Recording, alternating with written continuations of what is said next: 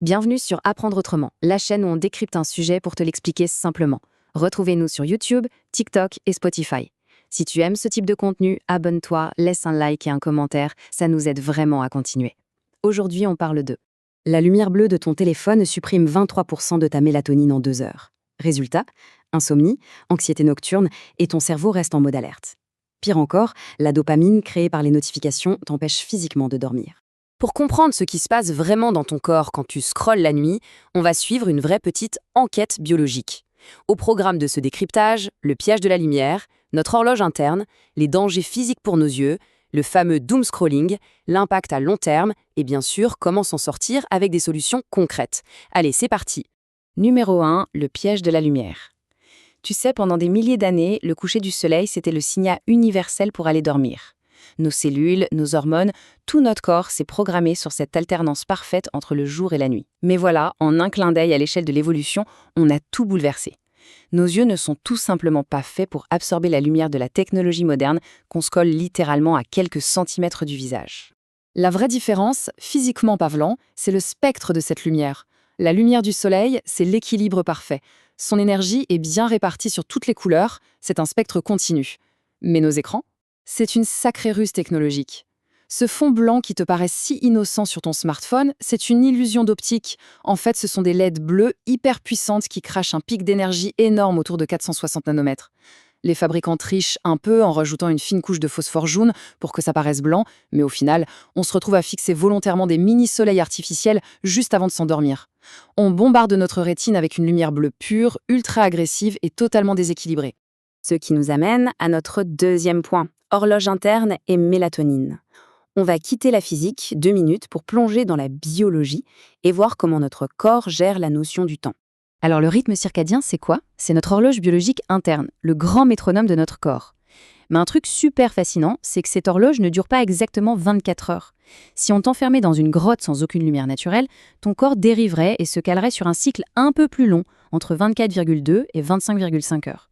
Du coup, on a absolument besoin d'une remise à zéro tous les matins. En biologie, on appelle ça un Zeitgeber, un donneur de temps. Et ce donneur de temps, c'est la lumière. C'est elle et elle seule qui remet les pendules à l'heure au quotidien. Sauf que, un rapport très sérieux de l'Académie nationale de médecine nous explique que la lumière artificielle la nuit vient complètement saboter cette mécanique de haute précision. En fait, voilà le trajet du signal lumineux dans ton corps. La lumière frappe des sentinelles au fond de ton œil, des cellules très spéciales. Ces sentinelles envoient un signal direct, bam, en plein cœur de ton cerveau, dans les noyaux suprachiasmatiques. C'est le chef d'orchestre de notre horloge. Et ce chef d'orchestre transmet l'ordre direct à la glande pinéale, qui est tout simplement l'usine à sommeil de ton corps. Et c'est là qu'un chiffre devient absolument critique. 480 nanomètres. C'est exactement la longueur d'onde de la lumière bleu-vert. Pourquoi c'est important ? Parce que la mélanopsine, le capteur principal dans les fameuses cellules sentinelles de tes yeux, est presque exclusivement sensible à cette longueur d'onde précise. Donc, quand tu regardes ton téléphone à minuit, la lumière bleue fait croire chimiquement à ton cerveau qu'il est midi en plein mois d'août. Résultat immédiat, la glande pinéale reçoit l'ordre de tout couper. Elle bloque net la production de mélatonine. Et sans cette hormone, impossible pour ton corps de ralentir et de sombrer dans le sommeil. Passons à notre troisième point, les dangers directs pour la rétine. Parce qu'au-delà de t'empêcher de dormir, cette lumière intense attaque physiquement la structure même de l'œil sur la durée. On parle ici d'une vraie phototoxicité. La lumière bleue artificielle cible durement tes photorécepteurs, c'est-à-dire les millions de cônes et de bâtonnets au fond de la rétine. Toute la journée, ces cellules bossent dur et consomment des pigments pour te permettre de voir. Et la nuit, elles ont un besoin vital et désespéré de noir complet pour se régénérer. Si tu leur imposes un écran lumineux en pleine nuit, ça bloque violemment cette régénération. Le résultat ? Une substance toxique, la lipofuscine, commence à s'accumuler comme un déchet dans l'œil. Et le pire, c'est que cette lipofuscine absorbe la lumière autour de 450 nanomètres, ce qui déclenche un stress oxydatif majeur, tue littéralement des cellules de façon irréversible et fait exploser le risque de dégénérescence maculaire liée à l'âge, la fameuse DMLA.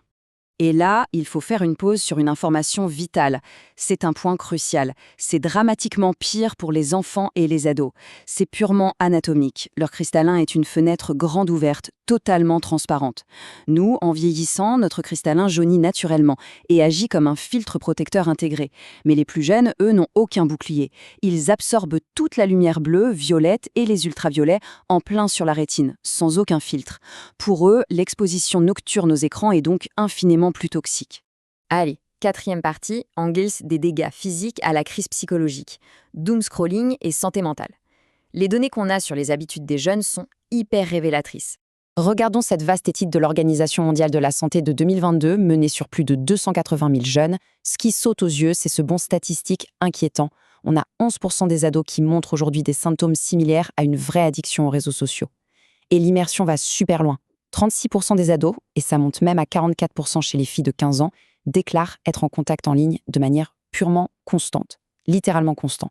Pour une énorme partie de cette génération, la connexion n'est absolument jamais coupée. Alors, honnêtement, pourquoi on continue à scroller? Pourquoi on s'inflige cette surcharge d'informations au détriment de notre sommeil réparateur? Eh bien, la réponse se cache dans des pièges psychologiques incroyablement bien ficelés qui manipulent directement nos hormones de stress. C'est là qu'on tombe dans le fameux doom scrolling, le défilement morbide. Tu connais cette situation, il est 1h du matin, tu fais glisser ton écran vers le bas, encore et encore, hypnotisé par des infos angoissantes ou sensationnelles. C'est obsessionnel et c'est un cercle vicieux implacable. Consommer ce genre de contenu anxiogène provoque un pic immédiat de cortisol, l'hormone de survie. Ton corps se met en alerte rouge, prêt à se battre, alors que tu es peinard sous ta couette. En parallèle, ton cerveau subit ce qu'on appelle la comparaison sociale ascendante. Tu te compares sans t'en rendre compte à des vies faussement parfaites en ligne. C'est un mécanisme dévastateur qui pulvérise ton estime personnelle pile un instant où tu devrais te relâcher. Les chercheurs de l'Université de Texas Tech ont sorti des données là-dessus, et elles sont brutales. L'écart est juste massif. Chez les gros consommateurs piégés par le doom scrolling, 74% souffrent de problèmes de santé mentale documentés, et 61% déclarent même des soucis de santé physique liés à ça. En face, chez ceux qui ne scrollent pas compulsivement, on tombe à seulement 8%. Ce qu'on avale mentalement au milieu de la nuit, baigné par cette lumière artificielle, c'est une vraie bombe à retardement pour l'esprit et pour le corps.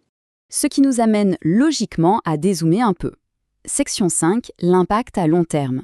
Qu'est-ce que ça donne à l'échelle de la société de vivre des années avec un organisme perpétuellement désynchronisé? Il y a des chiffres épidémiologiques qui font vraiment froid dans le dos. L'Académie nationale de médecine s'est penchée sur le cas du personnel infirmier qui travaille en horaire décalé, la nuit. Ces personnes subissent une puissante lumière artificielle en continu. Cette exposition force une suppression chronique de leur mélatonine. Eh bien, les études sur le long terme sont glaçantes. Cette désynchronisation continue fait bondir le risque de cancer du sein de 50 à 200% chez ces travailleuses. C'est une preuve tragique qu'on ne joue pas impunément avec l'importance absolue de l'obscurité. Quand ton horloge interne est décalée sur la durée, c'est tout ton système qui s'effondre. Ce n'est plus juste avoir les yeux qui piquent au réveil, c'est un véritable effet domino pathologique. Pas de mélatonine, ça donne une insomnie chronique sévère. Ce manque de sommeil crée une fatigue physique écrasante qui ne passe jamais. Et cet épuisement mène tout droit aux troubles de l'humeur, à la dépression, tout en explosant ta concentration le lendemain. Et pour couronner le tout, ce stress constant finit par ruiner tes défenses immunitaires. S'exposer à la mauvaise lumière au mauvais moment, c'est devenu un véritable enjeu de santé publique à l'échelle mondiale. Mais bon, le tableau n'est pas uniquement sombre. Maintenant qu'on a compris la biologie derrière tout ça, comment on inverse la tendance? Voici notre dernière section, solutions pour mieux dormir. La plateforme Medical Care recommande une routine en 3 étapes super simples à appliquer dès ce soir. Étape 1, il faut provoquer un petit électrochoc. Va consulter les statistiques de temps d'écran dans les paramètres de ton téléphone, voir les heures s'accumuler noir sur blanc, c'est le meilleur déclencheur psychologique pour se bouger. Étape 2, utilise astucieusement la technologie contre elle-même. Installe des applis comme AppBlock ou OffTime. Tu les configures et paf, elles te bloquent automatiquement l'accès aux réseaux sociaux le soir. Le but, c'est d'arrêter de compter sur ta seule volonté, parce qu'on sait très bien qu'en fin de journée, on n'en a plus aucune. Et enfin, étape 3, remplace le doom scrolling par une activité sympa mais sans lumière bleue. Lance un super podcast dans la pénombre de ta chambre ou prends un bon vieux livre en papier sous une lumière tamisée et chaude. En fait, c'est simple. En redonnant délibérément à tes yeux l'obscurité totale dont ils ont désespérément besoin, tu permets à ton horloge interne et à ta rétine de retrouver leur fonction naturelle. Tes cellules peuvent enfin commencer à réparer les dégâts de la journée. Alors la vraie question c'est, sommes-nous prêts à sacrifier notre santé globale pour 5 minutes de scroll en plus au fond du lit? Si ce contenu t'a aidé, abonne-toi, laisse un like et un commentaire, ça m'aide vraiment à continuer.